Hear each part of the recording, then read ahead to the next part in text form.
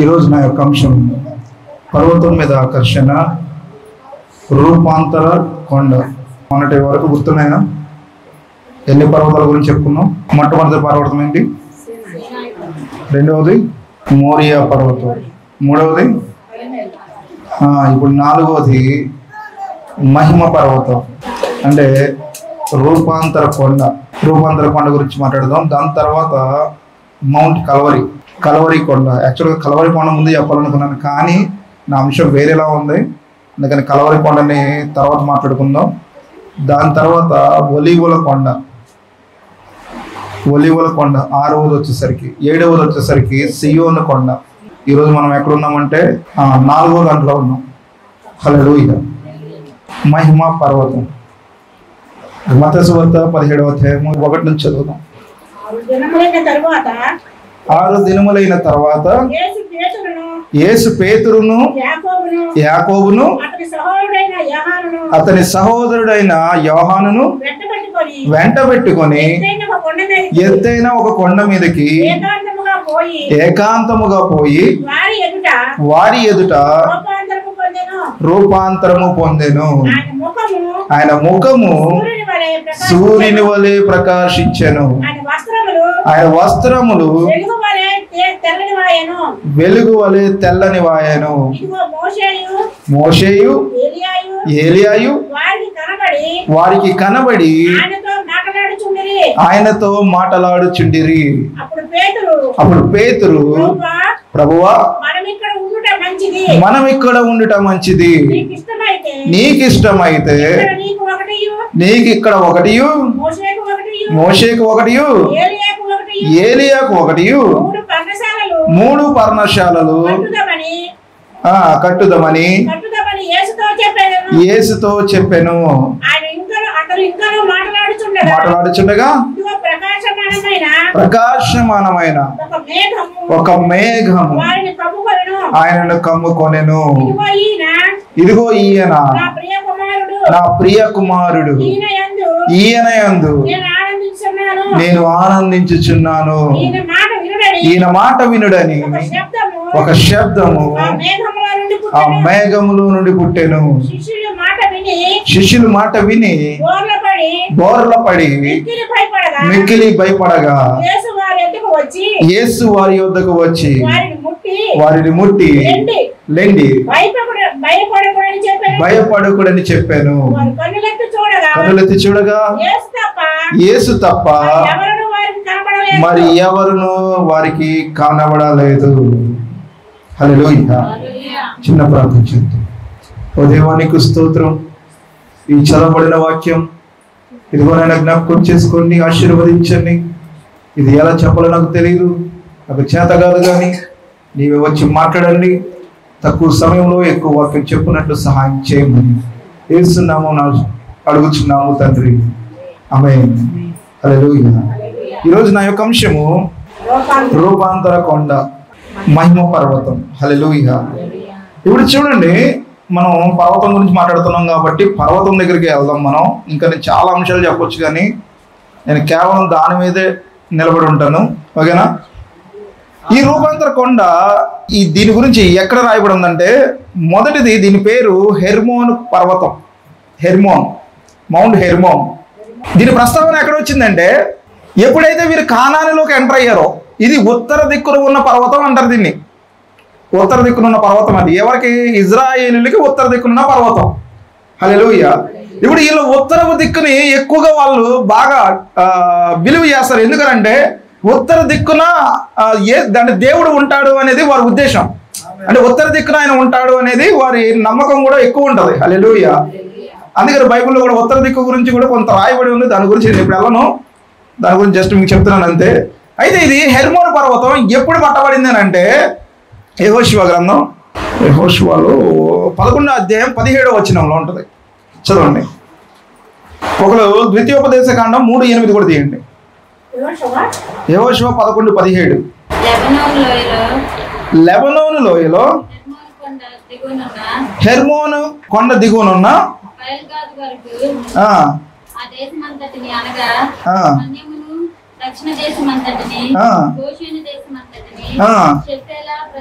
ఇప్పుడు చూడండి, వీరు యుద్ధం ప్రారంభించిన తర్వాత కొద్ది దినములలోనే వీళ్ళు హెర్మోన్ పర్వతాన్ని పట్టుకున్నారు. హల్లెలూయా. ఈ హెర్మోన్ పర్వతాన్ని ఒక్కదాన్నే కాదండి, అక్కడ చాలా అంటే చాలా ఊర్లను వాళ్ళు పట్టుకున్నారండి.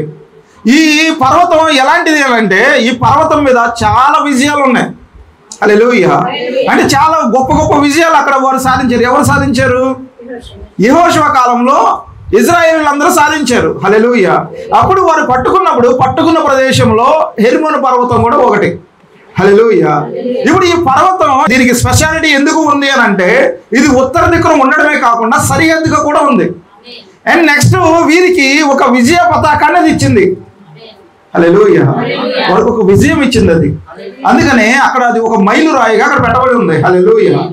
అయితే ఇప్పుడు చూడండి, యేసు ప్రభు అదే ఎందుకు ఎంచుకున్నాడు? వేరే చోటకి వెళ్ళొచ్చు కదా. ఆయన ఒక్కొక్క దాన్ని ఒక్కొక్క రకంగా ఎంచుకుంటున్నాడు. ఆయన మనం చూసినట్లయితే మనం ముందు నుంచి మనం చూస్తున్నాం, ఒక్కొక్క పర్వతం మీద ఒక్కొక్క కార్యాన్ని ఆయన చేశాడు. ఎందుకనంటే అవన్నీ కూడా సరిహద్దులై ఉన్నాయి. ఆ పర్వతాలన్నీ కూడా ఒకదానికి లింక్ ఉంది. ఇది సాదృశ్యంగా మనకు చూపించబడుతుంది. హల్లెలూయా. ఎందుకంటే తర్వాత రాబోయే వారు దాన్ని చూసి కొంత గ్రహించుకుంటారని. ఏం గ్రహించుకుంటారంటే, ఒక లెసన్ చెప్తుంది. ఏమని లెసన్ చెప్తుంది అని అంటే, మనం ఎలా ఉండాలో, లేకపోతే ఎలా ట్రాన్స్ఫర్మేషన్ అవ్వాలో, లేకపోతే అవన్నీ మనకి సూచనలుగా ఉన్నాయి అంతే. హల్లెలూయా. ఇప్పుడు చూడండి, నోవాహు ఓడ ఎక్కడ ఆగింది? ఎందుకు ఆగింది? కొండపైన. కింద ఎందుకు ఆగలేదు? నేల మీదకి ఎందుకు రాలేదు? హల్లెలూయా. ఎందుకనంటే మీకు ఫస్ట్ నుంచి నేను చెప్తున్నాను ఏంటంటే, భూమి శపించబడింది కనుక, అవునా, అందుకని ఆయన పర్వతం మీదకి వచ్చాడు అని. హల్లెలూయా. మోషే కూడా పర్వతం మీదకే వెళ్ళాడు. దేవుడు మోషేని కలుసుకున్న పర్వతం మీదే. ఇక్కడ మండుచున్న అగ్నిలో కనబడ్డాడు ఆయన. హల్లెలూయా. మోషేని అలాగే కలుసుకున్నాడు, ఏలియాని అలాగే కలుసుకున్నాడు. ఇప్పుడు యేసు ప్రభువు కూడా వారిద్దరిని అలాగే కలుసుకుంటున్నాడు ఆయన. ఇప్పుడు ఆయనే దానికి ఏం సదృశ్యమో తెలుసా? మోషేని కలుసుకున్నప్పుడు కూడా ఈయన అక్కడికి వెళ్ళాడు ఆయన. ఇప్పుడు అందుకనే అక్కడ మోషే ఏలియాలు ఉన్నప్పుడు కూడా ఈయన ఆయన దగ్గరికి నడుచుకుంటూ వెళ్తున్నాడు. ఎందుకంటే వారి దగ్గరికి వచ్చింది కూడా ఈయనే. హల్లెలూయా. దీన్ని బట్టి ఆయన అర్థం అవ్వాలి. ఎందుకంటే ఆయన వారితో కలుసుకున్నాడు. అర్థమవుతుందా? హల్లెలూయా. అయితే వీరికి అర్థం కాదు. ఎక్కడ ఉన్న వాళ్ళు అంటున్నారు, ముగ్గురికి 3 పర్ణశాలలు కడతామన్నారు. ఆల్రెడీ ఆయన పర్ణశాలలో కట్టే ఉన్నాడు ఆయన. అర్థం కాలేదా? మోషే కట్టాడు. ఎవరి కోసం కట్టాడు?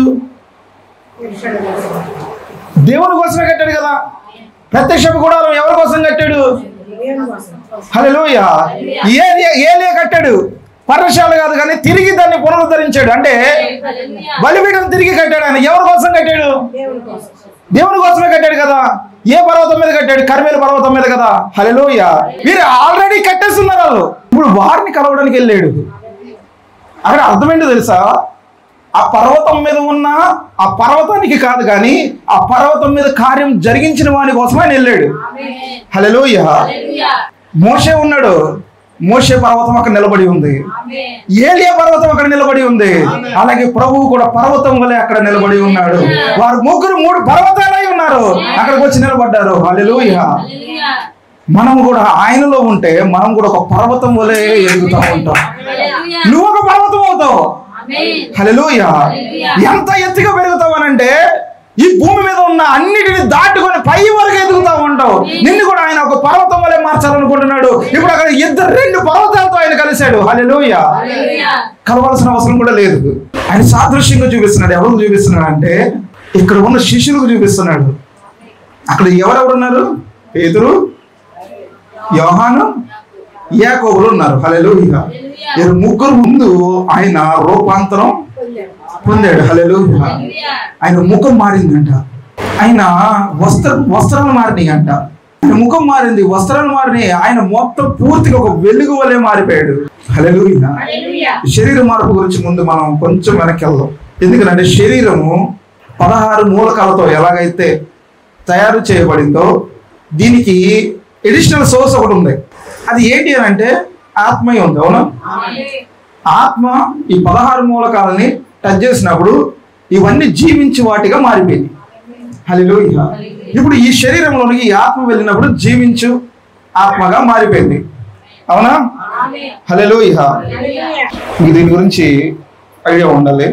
నేను చాలాసార్లు చెప్పాను, మనిషి 3 విధాలుగా పుట్టాడు. ఎలాగా? ఒకటి శరీరము, 2 ఇంకా ప్రాణం. శరీరము, ప్రాణము, ఆత్మ. హల్లెలూయా. ఈ 3 మనిషి కలిగాడు. ఇక్కడ ఉన్నది, ఇక్కడ ఉంది చూడండి. ఇక్కడ 3 రకాలుగా మనిషి పుట్టాడు. శరీరము, ప్రాణము, ఆత్మ కింద పుట్టాడు. హల్లెలూయా. ఇప్పుడు ఈ శరీరము, ప్రాణము కూడా ఒకేసారి తయారు చేయబడింది. ఇది మట్టిలో నుండి తయారు చేయబడింది, 16 మూలకాలతో తయారు చేయబడింది. కానీ దీనికి ఉన్న ఆత్మను చూసారా, అది దేవుని దగ్గర నుంచి వచ్చింది. హల్లెలూయా. ఆయన నోటితో, లేకపోతే ఆయన ఊదినప్పుడు జీవించే ఆత్మగా మారాడు.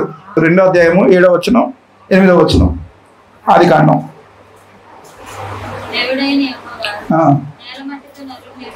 నేల మట్టితో నరుడు నిర్మించి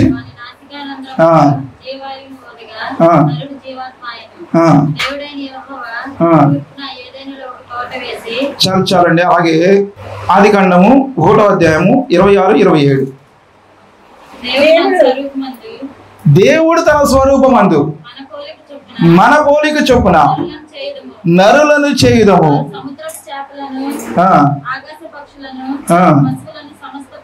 ఇప్పుడు చూడండి, ఇక్కడ 2 కనబడుతున్నాయి. నేల మంటితో ఒకటి తయారు చేశాడు, ఒకటేమో మన పోలిక చొప్పున ఒకటి తయారు చేశాడు. అంటే ఇక్కడ 2 శరీరాలు కనబడుతున్నాయి. హల్లెలూయా.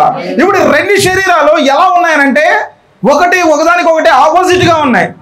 ఇప్పుడు ఈ శరీరానికి, ఒక శరీరం, మట్టి శరీరానికి దానికి జీవం కావాలంటే 2వ శరీరం అవసరమైంది. అయితే దీనికి మధ్యలో మీడియేటింగ్ ఏముందో తెలుసా? పరిశుద్ధాత్మ ఉంది, దేవుని యొక్క ఆత్మ ఉంది. ఈ 2 ఒకదాని మీద ఒకటి కలిసి ఉండాలి. అర్థమవుతుందా? ఈ శరీరం ఉంది, ఈ శరీరం మీద ఇంకొక శరీరం రావాలి. అంటే జస్ట్ బట్టలు లాంటివి అనుకోండి. పోనీ శరీరం ఒకటే, దాని మీద వస్త్రం, పై వస్త్రం లాంటిది. ఎందుకంటే వాక్యపు శరీరం అని అంటారు, వాక్యపు వస్త్రం అని అంటారు. ఒక శరీరం తయారు చేయబడింది. అదేంటి అంటే మహిమ గల శరీరం. ఇది మీకు ఎన్నోసార్లు చెప్పాను నేను, మహిమ గల శరీరం. ఈ మహిమ గల శరీరం తయారు చేయబడినప్పుడు ఈయన వాగ్దానం ఇచ్చాడు. దేనికి ఇచ్చాడు తెలుసా? ఈ మహిమ గల శరీరానికి ఇచ్చాడు ఆయన. దేనికి? మట్టి శరీరానికి ఇవ్వలేదు, మహిమ గల శరీరానికి ఇచ్చాడు ఆయన. మీరు ఏలుబడి చేయండి అని చెప్పాడు. అవునా? హల్లెలూయా. ఏలుబడి చేయండి అని ఆశీర్వాదాలు అన్ని కూడా దేనికి ఇచ్చాడంటే మహిమ గల శరీరానికి ఇచ్చాడు, మట్టి శరీరానికి ఇవ్వలేదు. ఈయన అన్నిటినీ ఆశీర్వదించిన తర్వాత ఆయన నార్మల్ బాడీని తయారు చేశాడు, మట్టి శరీరాన్ని తయారు చేశాడు. అర్థమవుతుందా? మట్టి శరీరాన్ని తయారు చేసి ఇప్పుడు ఏం చేస్తాడు? దీన్ని తీసుకొచ్చి అందులోకి నింపాడు. హల్లెలూయా. అందులోకి తీసుకొచ్చిన తర్వాత ఇప్పుడు ఈ 2 కలిసి మహిమ శరీరంగా మార్చబడ్డాయి. ఎందుకనంటే ఈ జీవం వచ్చి, అంటే ప్రవక్త చెప్తాడు దీని గురించి చక్కగా చెప్తాడు. ఏంటంటే వాక్య దేహము మట్టి దేహాన్ని తాకినప్పుడు అది మహిమ దేహంగా మార్చబడుతుంది అని. హల్లెలూయా. ఎందుకంటే ఆయన నోటి మాటతో సృజించాడు, తనలో నుండి తీసుకొచ్చాడు. హల్లెలూయా. ఆయనలో ఉన్నది వాక్యమే, ఆ వాక్యమే శరీరధారి అయి మన మధ్య నివసించను. ఎగ్జాక్ట్లీ సేమ్ థింగ్ మనం కూడా వాక్య రూపంలోనే బయటకు వచ్చాం. అయితే మట్టి శరీరాన్ని ధరించుకున్నాం. హల్లెలూయా. మట్టి శరీరాన్ని ధరించుకున్న తర్వాత ఈ మట్టి దేహము, ఈ యొక్క వాక్య దేహము 2 కలిసి మహిమ దేహంగా మార్చబడ్డాయి. అయితే ఈ 2 కలిసి ఉన్నాయి, అంటే విడదీయలేని బంధం అది. ఫస్ట్ ఆఫ్ ఆల్ చూడండి, ఒక రోజున ఒక డాక్టరు హార్ట్ ఆపరేషన్ చేస్తున్నాడు. శరీరానికి ఇంపార్టెంట్ అయింది హార్ట్, గుండె అవసరం. ఇప్పుడు ఈ గుండె అవసరము, ఈ గుండె ఏం పంపిస్తుంది అంటే రక్తాన్ని సరఫరా చేస్తుంది. అయితే ప్రభు కూడా అన్నాడు, అతని ప్రాణము మొరపెట్టుచున్నది అని అంటాడు. ఆ ప్రాణం ఎక్కడ ఉంటుంది? రక్తములో ఉంటుంది. ఆ ప్రాణానికి, ఆ రక్తంలో ఉంటే, ఆ రక్తానికి అవసరమైనది గుండె. ఇప్పుడు ఈ గుండెకి ఆపరేషన్ చేసేటప్పుడు కట్ చేస్తున్నారు, అది తీసి మార్చాలి. ఈ మార్చే గ్యాప్లో అతని ప్రాణం కొన్ని సెకండ్లు కానీ కొన్ని నిమిషాలు కానీ బయటకు వస్తుంది, కొన్ని సెకండ్ల వరకు బయట నిలబడుతుంది. అయితే ఒక రోజున ఒక ఆయనకి ఆపరేషన్ చేస్తున్నప్పుడు అంట అతని దేహాన్ని అతను చూసాడంట. ఆ డాక్టర్లు అందరూ ఆపరేషన్ చేయడం అతను చూసుకున్నాడంట. ఇలా ఎంతమంది జరిగిందంటే చాలా మంది జరిగిందంట. హార్ట్ ఆపరేషన్ అయిన వాళ్ళకి వాళ్ళు ఏదో కలలో ఉన్నట్టు ఉండేదంట. కానీ వీళ్ళందరూ కనబడతా, ఆ శరీరం కూడా కనబడేదంట, ఈ ఆత్మ బయటకు వచ్చేది. అంటే ఈ రెండు సెపరేషన్ అయింది. సెపరేషన్ అయిన తర్వాత ఎప్పుడైతే మరలా ఆ నాడి కొట్టుకోవడం ప్రారంభమైందో మరలా అందులోనికి ప్రవేశించింది అది. హల్లెలూయా. అప్పుడు అతడు బతికాడు. ఇప్పుడు కోమలోకి వెళ్ళిన వాళ్ళు కూడా అంతే. ఎలా ఉంటారంటే శరీరం మాత్రమే ఉంటుంది, ఆత్మ డివైడ్ అయిపోతుంది. ఇప్పుడు ఈ ఆత్మ తిరుగుతుంటుంది అంతే, అక్కడే తిరుగుతూ ఉంటుంది. ఏదో ఒక రోజు అందులోకి ప్రవేశించాలని. At the same thing pregnant అయిన వాళ్ళు కూడా ఇప్పుడు ఆ శరీరం లోపల ఎదుగుతూ ఉంటే ఈ ఆత్మ తన చుట్టూ తిరుగుతూ ఉంటుంది. దానికి సాదృశ్యంగా చాలాసార్లు చెప్పబడింది ఏంటంటే వారి యొక్క దూతలు, పిల్లలకి వారి యొక్క దూతలు, ఆ దూతలు ఏదో కాదు, వారి యొక్క ఆత్మ దేహమే. హల్లెలూయా. దాని తర్వాత యేసు ప్రభు పుట్టినప్పుడు కూడా ఒక సందర్భం జరుగుతుంది. ఏంటి అని అంటే ఆయన పుట్టిన తర్వాత ఒక మనిషి వెళ్ళి లేకపోతే ఒక దూత వెళ్ళి గొర్రెల కాపరులు చెప్తుంది. దాని గురించి ప్రవక్త చక్కగా చెప్తున్నాడు. ఏంటి అని అంటే క్రీస్తు యొక్క దేహమే వారికి వెళ్ళి చెప్పింది అని. ఆయన మహిమ దేహమే వారితో వెళ్ళి మాట్లాడింది అని. ఆ మహిమ దేహం, ఆ వాక్యపు దేహము ఆ శరీరం కోసం వెయిట్ చేసింది. ఎప్పుడైతే ఆ శరీరం బయటికి వచ్చిందో దానిలోనికి ప్రవేశించింది, అప్పుడు అది మార్చబడింది, జీవించే ఆత్మగా మార్చబడింది. హల్లెలూయా. ఏదైనా తోటలో పాపం ఎప్పుడైతే జరిగిందో అప్పుడు ఈ లింక్ తెగిపోయింది. ఏ లింక్ తెగింది? మహిమ దేహం వెళ్ళిపోయింది. మహిమ దేహం అనేది మన దేహానికి ఒక వస్త్రం లాంటిది. హల్లెలూయా. ఇప్పుడు ఈ వస్త్రం వెళ్ళేసరికి అందుకని వారు దిగంబరులమని గ్రహించి, అంతకుముందు వారు దిగంబరులు కాదా? వారు దిగంబరులైన వారి మీద ఒక దేహము వారిని కప్పి ఉంచింది. అందుకనే వారి దేహం బయటికి రాలా. ఎప్పుడైతే వీరు పాపం చేశారంటే ఆ పండును తిన్నదో అప్పుడు వీరు దేహాలు సపరేట్ అయిపోయింది. ఈ మహిమ దేహం బయటికి వచ్చేసింది. హల్లెలూయా.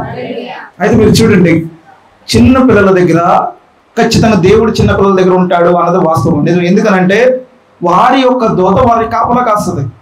ఆ దూత ఏదో కాదు, ఎవరు తెలుసా? వారి యొక్క దేహమే. వారికి పాపము తెలియనంత వరకు కూడా దేహం అక్కడ నిలబడి ఉంటుంది. ఎప్పుడైతే వారి పాపంలోనికి వెళ్తారు, అంటే పాపము గురించి అవగాహన తెలుస్తుందో ఆ దేహం వారికి దూరం అయిపోవడం స్టార్ట్ అవుతుంది. మీకు తెలుసా, కొన్ని సందర్భాలలో వారిని ఆపదల్లో నుంచి తప్పించేది కూడా ఆ దేహమే.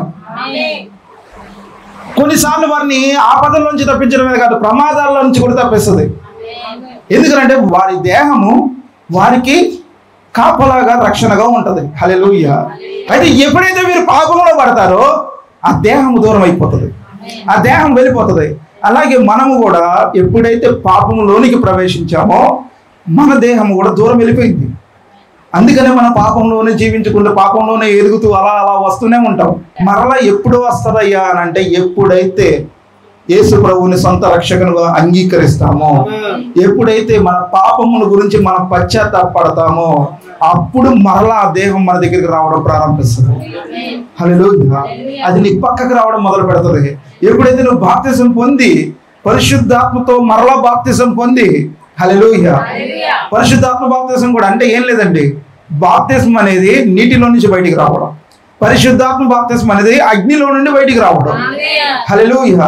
ఇప్పుడు నీటి ద్వారానే కదా, అగ్నిలో నుండి కూడా నువ్వు బయటికి రావాలి. ఎందుకంటే నీ దేహం మహిమపరచబడాలి అంటే, మహిమ దేహంగా మారాలంటే నీకు ఖచ్చితంగా పరిశుద్ధాత్మ అవసరం. 99% కాదు 100% అవసరమైనది. ఎందుకంటే రూపాంతరపరిచేది పరిశుద్ధాత్మయే. హల్లెలూయా. కొంచెం ముందుకెళ్తా ఉంటే మీకు ఇంకా బాగా అర్థమవుతుంది. ఈ మహిమ దేహం ఉన్నప్పుడు ఆదాము ఎలా ఉన్నాడు అని అంటే, ఆయన యేసు ప్రభు ఎలా అయితే పనిచేసాడో, ఆయన నీటి మీద నడిచాడు, ఆయన ఎన్నో రకాల పనులు చేశాడు, ఆయన ఎన్నో గొప్ప కార్యాలు చేశాడు. ఎగ్జాక్ట్లీ ఆదాము కూడా అలా చేశాడు. హల్లెలూయా. ఎందుకనంటే ఆదాముకి అప్పుడు మహిమ గల దేహం ఉంది. ఆయన చెట్టు వెళ్ళమంటే వెళ్ళేది, నది రూట్ మార్చుకోమంటే మార్చుకునేది, ఆయన మాటకి సృష్టి లోబడేది. ఎందుకంటే అతను మహిమ దేహంతో ఉన్నాడు. ఎప్పుడైతే పాపం చేశాడో ఆ మహిమ దేహాన్ని కోల్పోయాడు. కోల్పోయిన తర్వాత ఇతనికి నార్మల్ మట్టి దేహం వచ్చేసింది. మట్టి దేహంలో ప్రాణం ఒకటే మిగిలి ఉంది. ఇందులో 5 ఉంటాయి. ఏంటి అని అంటే వినటం ఉంటుంది, స్పర్శ ఉంటుంది, వాసన ఉంటుంది, రుచి ఉంటుంది, చూచుట ఉంటుంది. ఇప్పుడు దీని లోపల అందులో ఏముంటుందంటే మనస్సాక్షి ఉంటుంది, తర్వాత హేతుబుద్ధి ఉంటుంది, తర్వాత ఊహ ఉంటుంది, ప్రేమ ఉంటుంది, జ్ఞాపకాలు కూడా అందులో ఉంటాయి. హల్లెలూయా. ఇప్పుడు 3వ దాంట్లోకి వెళ్ళేసరికి ప్రాణం అని రాసింది. ఇందులో విశ్వాసము లేక సందేహం ఉంటదంట. అది నియంత్రణ శిఖరము అని రాసింది. హల్లెలూయా. లోపల ఉన్న విశ్వాసం కోసం, లేకపోతే లోపల ఉన్న ప్రాణం కోసం రెండు కొట్లాడుకుంటుంటాయి. ఒకటి వచ్చి దేవుని సంబంధమైన వాక్యదేహము, రెండోది వచ్చి సాతాను. మీకు గుర్తున్న మోషే శరీరం గురించి ఎవరు వచ్చారు? మికాయేలు వచ్చాడు, అవునా? దేహం కోసం. ఎందుకు దేవుని దూత అక్కడ మోషే యొక్క దేహం కోసం ఎందుకు దేవుని దూత అతనితో దెబ్బలాడాల్సి వచ్చింది? ఎందుకనంటే మోషే యొక్క దేహం కూడా రూపాంతరపరచబడింది. పైన ఉన్న వెలుగు లోపలికి వెళ్ళిపోయింది. పాపం జరిగినప్పుడు ఏం జరిగిందంటే ఏమీ అవ్వలేదు. దేవుని వాక్యం చిన్నదైపోయింది. అంతకుముందు ఇతని శరీరం అంతా ఉండేది, ఆ వెలుగు చిన్నదైపోయింది, దీపం అయిపోయింది. సూర్యుని వంటి వెలుగు, ఆ వెలుగు కాస్త చిన్న దీపం అయిపోయింది. ఆ దీపం ఎక్కడికి వెళ్ళిందో తెలుసా? లోపలికి వెళ్ళిపోయింది. దేవుని శక్తి ఎప్పుడైతే అంటే వాక్య దేహం ఎప్పుడైతే వేరైపోయిందో ఆ వెలుగు అనేది చిన్నదైపోయింది. ఆ చిన్నది లోపలికి వెళ్ళిపోయింది.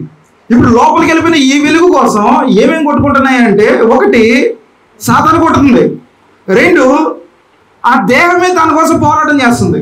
ఎందుకని అంటే ఇప్పుడు ఈ దేహం ఉంటేనే కానీ పరలోక రాజ్యంలోనికి ప్రవేశం లేదు, అవునా? పరలోక రాజ్యానికి ప్రవేశించాలంటే ఈ దేహం అవసరమై ఉంది. అందుకనే సజీవులకు మాత్రమే ఆయన దేవుడు, సజీవులు మాత్రమే రక్షణ పొందాలి, జీవించి ఉన్నవారు మాత్రమే రక్షణ పొందాలి. హల్లెలూయా. మిగతా వారికి అవసరం లేదు. ఎందుకనంటే వారు ఆల్రెడీ మృతులకి అవసరం లేదు వాక్యం. అందుకనే సజీవుల దగ్గరగా ఆయన వచ్చాడు. ఆయన ఇప్పుడు చూడండి, ఇక్కడ 3 భాగాలుగా విభజించబడిన దాంట్లోనికి సాతాను ఎలా ప్రవేశిస్తున్నాడు చూడండి. దేవుని వాక్యము ప్రవేశిస్తుంది, సాతాను కూడా అలాగే ప్రవేశిస్తున్నాడు. అందుకని హెబ్రీయులకు రాసిన పత్రికలో ఒక మాట ఉంటది, ఏమని అంటే దేవుని వాక్యము రెండంచులు కలిగిన ఖడ్గమై పదును వాడి అయినదై. చదవండి. ఎందుకనగా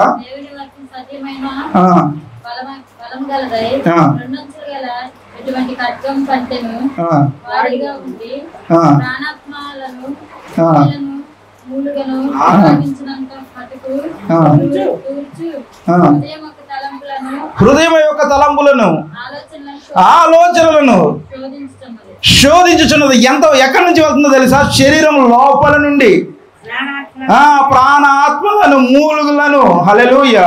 ఇప్పుడు లోపల వరకు వెళ్తుంది ఆ వాక్యము. ఎలా వెళ్తుందో తెలుసా? చెవుల ద్వారా వినుట వలన విశ్వాసము కలుగుతుంది, వినుట వలననే అవిశ్వాసము కూడా కలుగుతుంది. అందుకనే ఈ రెండు దాడి చేసేది ఏంటో తెలుసా? మొట్టమొదటిగా చూచుట వలన, రెండు వినుట వలన. ఈ రెండింటి ద్వారానే లోపలికి పాపమైన వాక్యమైన ప్రవేశించగలుగుతుంది. హల్లెలూయా, హల్లెలూయా. అందుకని యేసు ప్రభు ఏమన్నాడు తెలుసా? నువ్వు ఒక స్త్రీని మోహపు చూపుతో చూసినప్పుడే నువ్వు పాపంలో పడ్డావు అన్నాడు. ఎందుకంటే ఆ కంటి ద్వారా ఏదైతే దృశ్యాన్ని చూసావో ఆ దృశ్యం లోపలికి వెళ్ళి అది నిన్ను చెరిపి వేస్తుంది, పాపంలోనికి నడిపిస్తుంది. బయట శరీరంతో చేస్తే తప్పు కాదు, హృదయంలో చేసినా కూడా తప్పే అని చెప్పాడు ఆయన. హల్లెలూయా. అది తప్పు ఎక్కడి నుంచి ప్రారంభమవుతుంది తెలుసా? ఒకటి కంటి చూపు నుంచి, రెండు వినుట నుంచి, హల్లెలూయా, మూడు తాకుట నుంచి కూడా, స్పర్శ. ఈ మూడు విధాలుగా పాపం అనేది లోపల ప్రవేశిస్తుంది. హల్లెలూయా. ఇప్పుడు లోపలికి వెళ్ళిన తర్వాత ఈ రెండు దేవుని ఆత్మ, దెయ్యపాత్మ, ఇప్పుడు ఈ రెండు నడిపిస్తూ ఉంటాయి. ఎలాగంటే దేవుని వైపు ఉన్నప్పుడు, సంఘంలో ఉన్నప్పుడేమో దేవుని ఆలోచనలు, బయట ఉన్నప్పుడేమో లోకపు ఆలోచనలు. అంటే ఈ రెండే మనకు మార్గాన్ని చూపిస్తున్నాయి. అయితే నువ్వు ఎటువైపు మనసు ఉంచుతావో, ఎటువైపు అయితే నువ్వు నిలబడి ఉంటావో అది మాత్రమే నిన్ను ఒక రూట్లోకి తీసుకొని వెళ్తుంది. ఒకవేళ నువ్వు వాక్యం వైపు నిలబడ్డావా ఆ వాక్యం నిన్ను ముందుకు తీసుకొని వెళ్తుంది. లేదు నువ్వు సాతాను వైపు నిలబడ్డావా అది నిన్ను తీసుకొని వెళ్తా ఉంటది. సాతాను అంటే ఏదో కదా, లోక ఆశలే, హల్లెలూయా, లోకపు ఆలోచనలే, ఇవే తీసుకొని వెళ్తాయి. అందుకని నేను చాలా సందర్భాల్లో చెప్పాను, అన్నిటికంటే డేంజర్ ఏదన్నా ఉందంటే ఆలోచనలే. నీ ఆలోచనలు గనుక దేవుని మీద లేవా సాతాను నిన్ను ఈజీగా పడగొట్టగలుగుతుంది. హల్లెలూయా. నీ ధ్యాస కనుక వాక్యం మీద లేదా ఈజీగా పడగొడుతుంది. అందుకని హవ్వ ఆ రోజున ధ్యాస తప్పింది, జస్ట్ తప్పింది అంతే. ఏం తప్పింది అని అంటే కొంచెమే తప్పింది. ఎలాంటి తప్పిదం అంటే రోజు చెవి ఎక్కడం కూడా కాదండి. ఈ రోజున నేను ఒక విషయం గురించి మాట్లాడుతూ ఉన్నా. ఒక పురుషుడు ఉన్నాడు, తన భార్య ఉంది, ఈ భార్య భర్తలకి 2 పిల్లలు ఉన్నారు. వీరి కుటుంబము వారి యొక్క తల్లిదండ్రుల మాట వినకుండా వారి సొంత నిర్ణయాలతో ఉన్నారు. సొంత నిర్ణయాలతో ఉంటే నేను మాట్లాడుతున్నాను, ఒకళ్ళేమో ఆ స్త్రీదే తప్పు, ఒకళ్ళేమో పురుషుని తప్పు అని అంటున్నారు. తప్పు అని మాట్లాడుతున్నప్పుడు నేను అంటున్నాను, ఇక్కడ తప్పు ఒప్పులు పక్కన పెడితే ఒకటి అవకాశం ఇవ్వడము. పురుషుడు ఆ స్త్రీకి అవకాశం ఇచ్చాడు. ఏం అవకాశం ఇచ్చాడు అంటే, ఒకటి పని చేయలేక తన మీద ఆధారపడడం మొదలుపెట్టాడు. తన మీద ఆధారపడడం, మీ ఇంటి దగ్గర నుంచి డబ్బులు తీసుకురా, మీ ఇంటి దగ్గర నుంచి ఇద్దా, అలా చెయ్యి ఇలా చెయ్యి. సో తన మీద ఆధారపడేసరికి తను ఏం చేస్తుంది, రూల్ చేయడం, నడిపించడం చేస్తుంది. నేను బైబిల్ నుంచి తీసుకున్న వాళ్ళ తప్పు వీళ్ళ తప్పు ఏమో తప్పు అని ఒకళ్ళు, ఆయనది తప్పు అని ఒకళ్ళు, ఇలా డిస్కషన్లో నేను అంటున్నాను ఏంటి అని అంటే, తనదే తప్పన్నాను. ఎవరిది? పురుషునిదే తప్పన్నాను. ఎందుకు పురుషుని తప్పన్నానంటే, ఇతను కనుక ఆమెను పట్టించుకొని ఉండుంటే, ఇతను కనుక ఆమెకి కావాల్సినవన్నీ తీసుకొచ్చి ఉండుంటే, ఇతను కనుక ఆమెను పోషింపగలిగి ఉండుంటే, ఇతను కనుక ఆమెని సంరక్షించగలిగి ఉండుంటే, హల్లెలూయా, ఆమె తప్పిదం చేసేది కాదు అని నేను అన్నాను. ఎందుకంటే స్త్రీ బలహీనమైన ఘటమే. స్త్రీని బలహీనంగానే దేవుడు తయారు చేశాడు. ఎందుకంటే పురుషుల్లో నుంచి తీయబడింది, బలహీనమైన ఘటమే. ఎందుకంటే ఆమె తొందరగా పడిపోతుంది, తొందరగా ఆలోచనలు చెడిపోతాయి, తొందరగా ఆలోచనలు అనేది మారిపోతూ ఉంటాయి. అయితే దాన్ని కంట్రోల్ చేసే పద్ధతి ఎవరి దగ్గర ఉందంటే పురుషుని దగ్గర ఉంది. ఒక రోజున గొడవ పడుతుంది. ఎవరి మీద గొడవ పడుతుంది అని అంటే ఆదం మీద గొడవ పడుతుంది. నేను ఇంత కష్టపడుతాను, ఇంత చేస్తాను, నువ్వేమో వెళ్ళిపోతున్నావు, రావట్లేదు, ఏమనంటే దేవుడు వచ్చినప్పుడే వస్తున్నావు, నువ్వు నన్ను పట్టించుకోవట్లేదు అని ఆమె ఆయన దగ్గరగా అన్నప్పుడు నిజంగానే అతను పట్టించుకోవాలా. రెండవది ఏంటి అని అంటే, ఆమె కోసం అతను ఏం చేయాల. ఎందుకు అని అంటే ఆయన తెలీదు.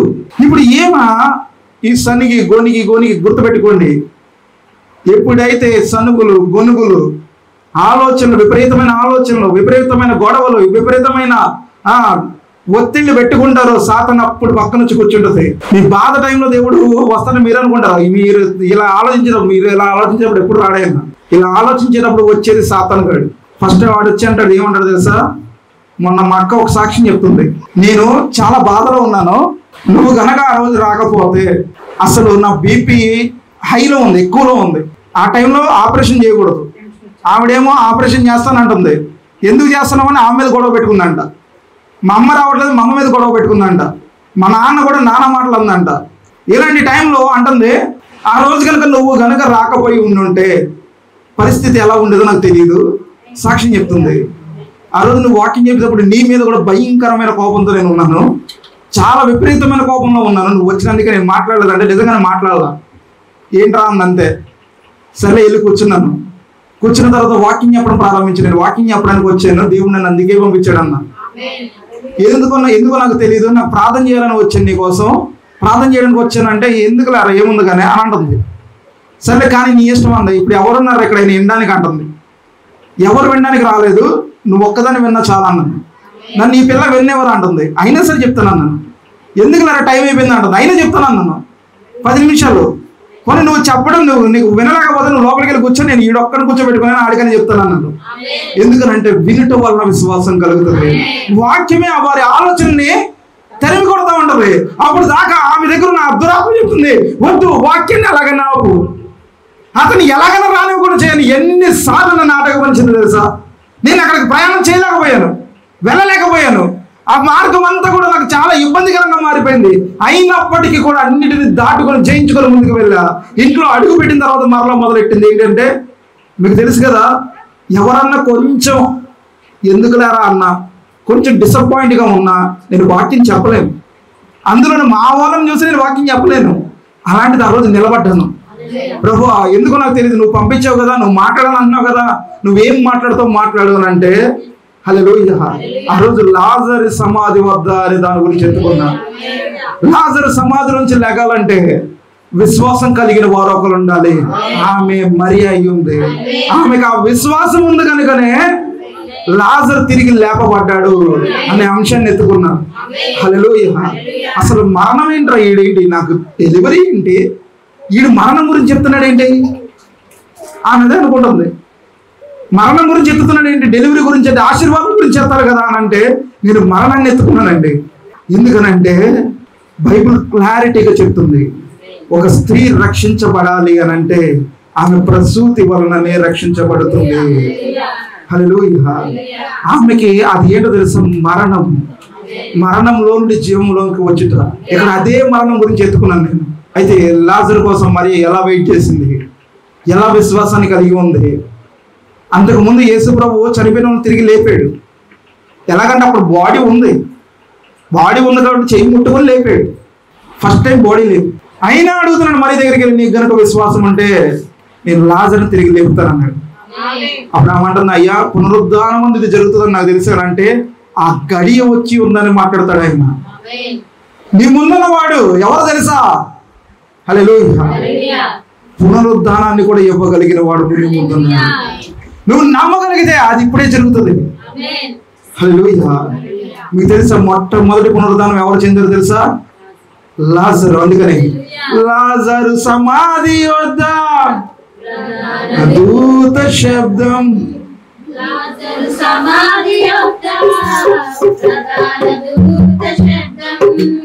నిద్రించి ఉన్న ఆయన ప్రియులకు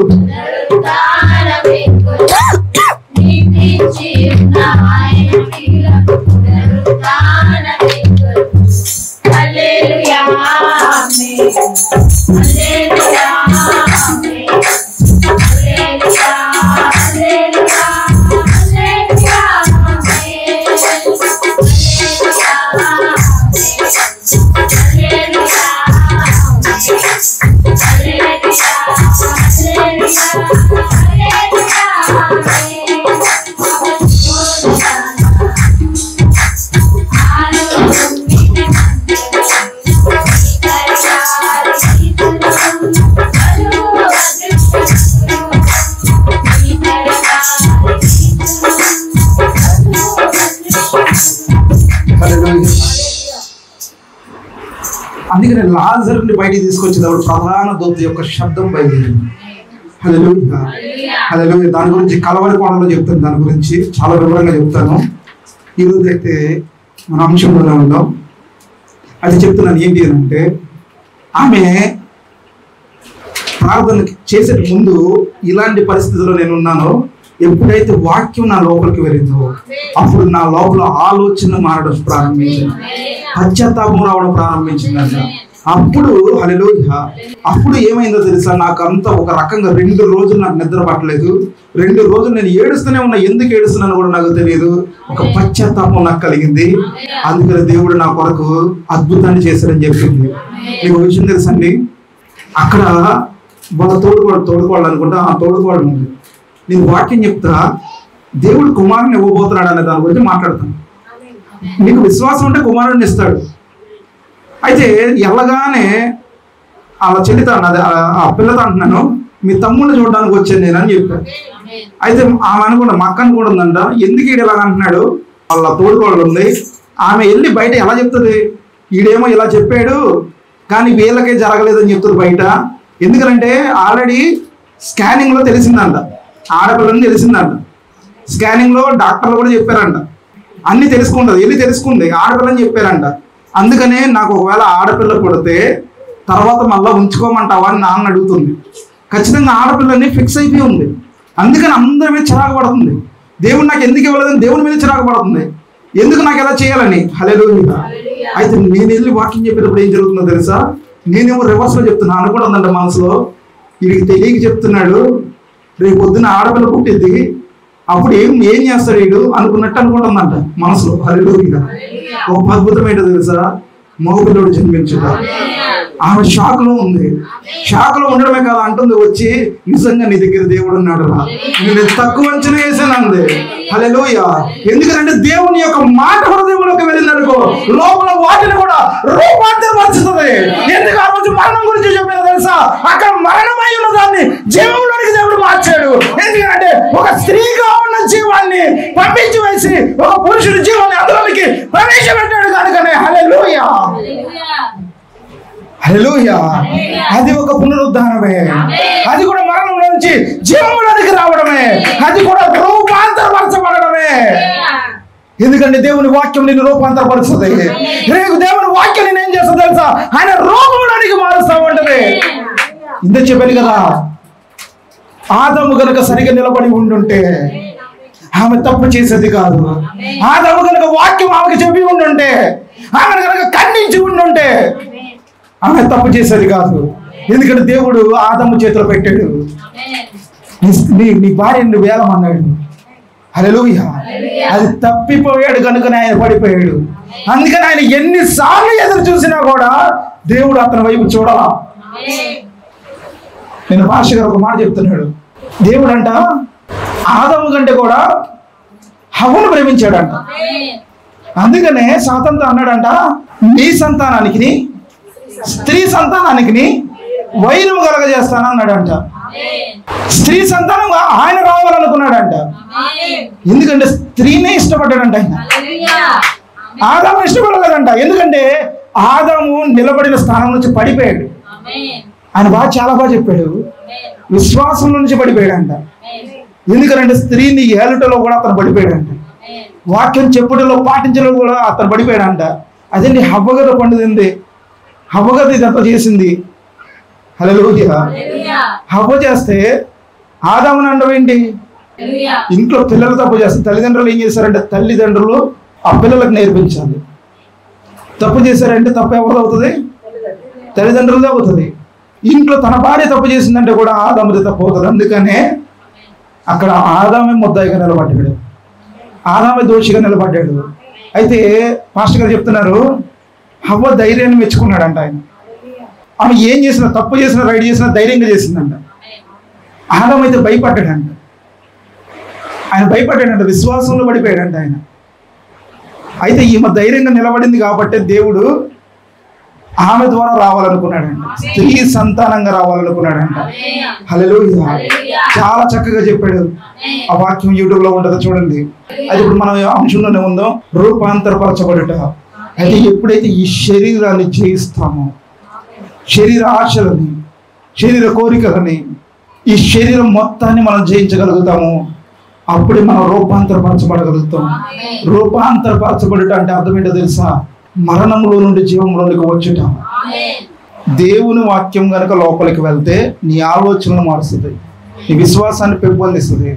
విశ్వాసం అనేది మీకు చాలాసార్లు ఒక సందర్భం చెప్పాను నేను, గుర్తుందా? కోడి గుడ్డు గురించి, ఏలియా గురించి చెప్పినప్పుడు నేను చెప్పాను. అది ఏలియా టైంలో ఆ విషయం గురించి మాట్లాడాను నేను. కోడి కింద ఉన్నప్పుడే గుడ్లు పొదిగినప్పుడే ఆ వేడి కిందే ఆ గుడ్డు అనేది లోపల జీవం అనేది ఏర్పడుతుంది. ఇప్పుడు ఆ వేడి అని అంటే, ఆ వేడి వాతావరణం ఎక్కడ ఉంటుంది అంటే సంఘంలో ఉంటుంది, దేవుని యొక్క సన్నిధిలో ఉంటుంది. ఆ వెచ్చదనంలోనికి ఎప్పుడైతే వస్తావో నీలో విశ్వాసం అనేది పెరుగుతూ ఉంటుంది రోజు రోజుకి. హల్లెలూయా. ఇంకో విషయం కూడా ఏంటంటే, ఒక బిడ్డ లోపల ఎదగాలనంటే చిన్న బియ్యపు గింజంత ఉంటుంది మొట్టమొదటిగా. ఈ బియ్యపు గింజ నుంచి ముక్కు, కళ్ళు, నోరు, చెవులు, ఒక్కొక్క అవయవం ఎలాగైతే ఏర్పడుతుందో అలాగే నువ్వు సంఘంలోకి వచ్చినప్పుడు రోజుకు ఒక అవయవం అనేది ఏర్పడుతూ ఉంటుంది. ఏం ఏర్పడుతుంది? నీ ఆత్మదేహంలోని భాగాలన్నీ ఏర్పడతా ఉంటాయి. రోజు రోజుకి అది పెరుగుతూ ఉంటుంది. ఒక దినాన ఒక పూర్తి మనిషిగా అది బయటకు వస్తుంది. హల్లెలూయా. ఆ రోజున నువ్వు రూపాంతరపరచబడగలవు. అప్పుడు నీకు శరీర కోరికలు ఉండవు, శరీరాశ ఉండదు, నేత్రాశ, జోపు, డమం అనేది ఏది ఉండదు. ఈ శరీరాన్ని నువ్వు జయించగలుగుతావు. అందుకనే జయించువానికి నా సింహాసనం అని ఆయన. జయించుట అంటే మరణాన్ని జయించుట. ఆఖరిది ఏంటో తెలుసా? మరణాన్ని జయించడమే. అందరూ లోకాన్ని జయించారు, అందరూ రాజ్యాలు జయించారు, ఎందరో ఎన్నెన్నో వాటిని జయించారు. కానీ మరణాన్ని జయించగలిగిన వాడు ఒకే ఒకడు ఉన్నాడు, అది ప్రభువైన యేసుక్రీస్తు. అయితే ఇప్పుడు అవకాశం ఎవరికి ఇచ్చాడో తెలుసా? ఆఖరి సంఘకాలానికి ఇచ్చాడండి. మీరు జయించి పైకి రండి, జయించిన వారికి నా సింహాసనాన్ని ఇస్తానన్నాడు. జయించుట అంటే మరణాన్ని జయించుట. అందుకని ఆఖరి దినముల్లో ఉన్న వారికి వాళ్ళు రూపాంతరపరచబడగలిగే శక్తిని ఆయన ఇచ్చి ఉన్నాడు. హల్లెలూయా. ఎలా రూపాంతరపరచబడతారో తెలుసా? వాక్యము ద్వారా. అందుకని ఆఖరి దినాల్లో వాక్యం చాలా ఎక్కువ ఉంటది. ఎంత వాక్యం అని అంటే మీరు పట్టుకోలేనంత వాక్యం ఉంటది. ఎంత చెప్పినా కూడా తరగనంత ఆ వాక్యం ఉంటది. ఎప్పుడైతే అదంతా మీ హృదయంలో నింపబడుతుందో ఆ రోజున మీరు వాక్య రూపంలోనికి మార్చబడతారు. హల్లెలూయా. ఎప్పుడైతే వాక్య రూపంలోనికి మార్చబడతారో మీ శరీరం ఆటోమేటిక్గా రూపాంతరపరచబడటం ప్రారంభమవుతుంది. ఎప్పుడైతే రూపాంతరపరచబడడం ప్రారంభమవుతుందో మిమ్మల్ని భూమి కూడా ఆపలేదు. హల్లెలూయా. రూపాంతరపరచబడిన తర్వాత అపొస్తలుల కార్యాల్లో ఉంటుంది, ఫిలిప్పు ఎవరిని కలవడానికి వెళ్తాడు? ఒక నపుంసకుడిని కలవడానికి వెళ్తాడు. ఎలా వెళ్తాడు తెలుసా? అతని కంటే వేగంగా వెళ్తాడు. రూపాంతరపరచబడిన తర్వాత ఏలియా 40 రోజులు ప్రయాణం చేస్తాడు. హల్లెలూయా. రూపాంతరపరచబడిన తర్వాత మోషే, హల్లెలూయా, ఓ మోషేతో దేవుడు స్వయంగా కనబడ్డాడు. ఆయనకి దేవుని ముఖాముఖిగా చూడగలిగాడు. రూపాంతరపరచబడిన ఏలియా మరణము చూడకుండా ఎత్తబడ్డాడు. రూపాంతరపరిచిన యేసు ప్రభు మరణాన్ని జయించుకొని బయటకు వచ్చాడు. రూపాంతరపరచబడితే మీరు కూడా ఎత్తబాటులోనికి వెళ్ళగలరు. హల్లెలూయా. మీకు ఎత్తబాటు రావాలంటే, ఎత్తబడాలంటే మీ శరీరం కూడా రూపాంతరపరచబడాలి. రూపాంతరపరచబడిన వారు కొందరు ఉన్నారు. కొందరిలో ఒక ఆయన ఉన్నాడు, ఆయన పేరు పౌలు. ఆయన రూపాంతరపరచబడిన తర్వాత అన్నాడు, నేను నా శరీరంలో క్రీస్తు యొక్క ముద్రను కలిగి ఉన్నాను, నాకు హాని చేయొద్దు అన్నాడు. ఎందుకనంటే నేను క్రీస్తుని పోలి నడుచుకొనిచున్నాను, నన్ను పోలి మీరు నడుచుకోండి అన్నాడు. ఒక రోజున 3వ ఆకాశం వరకు ఎత్తబడ్డాడంట.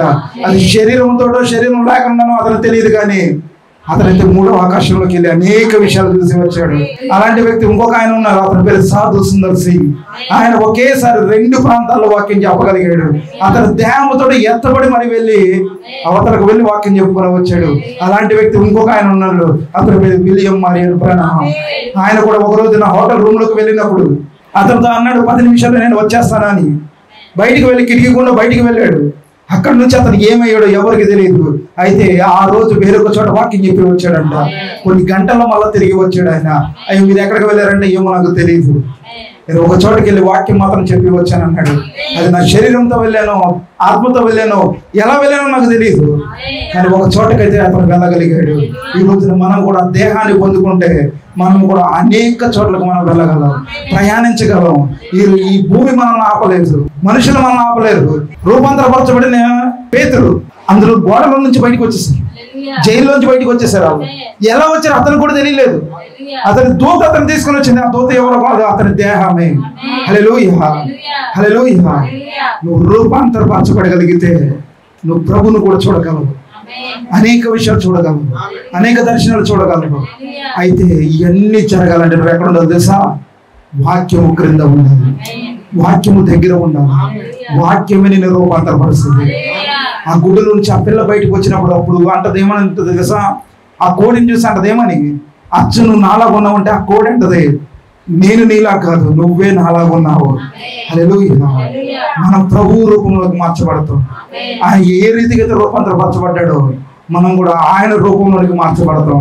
అందుకని రూపాంతరపరచబడిన తర్వాత మనం జయించగలిగేది ఏదన్నా ఉంది అంటే అది మరణమే. మరణాన్ని జయించిన వాడే ఎత్తబాటులో ఉంటాడు. మరణాన్ని జయించాలంటే మనకు కావాల్సింది వాక్య దేహము. ఆ వాక్యము నిన్ను రూపాంతరపరిచి కన్నురెప్పపాటులో ఎత్తుకొని తీసుకుని వెళ్ళిపోతుంది. అయితే లాస్ట్గా వాక్యం ఒకటి చదువుకుందాం. కొరింథీయులకు రాసిన 1వ పత్రిక 15వ అధ్యాయం 52వ వచనం. మీకు ఒక మర్మము తెలుపుచున్నాను, మనమందరము నిద్రించము గాని నిమిషములో ఒక రెప్పపాటున కడబూరం రోగగానే మనమందరము మార్పు పొందుదాము.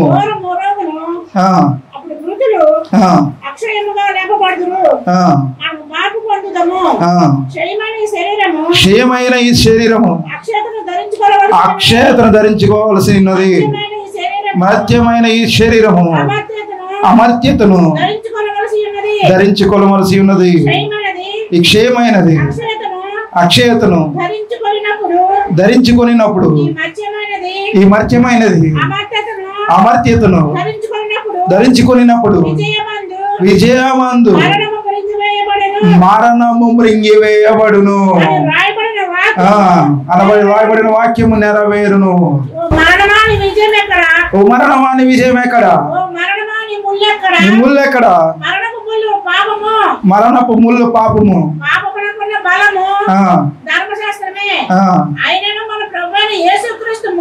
ప్రభువైన యేసుక్రీస్తు మూలముగా మనకు జయము అనుగ్రహించుచున్నాడు. దేవునికి స్తోత్రము కలుగునుగాక. హల్లెలూయా.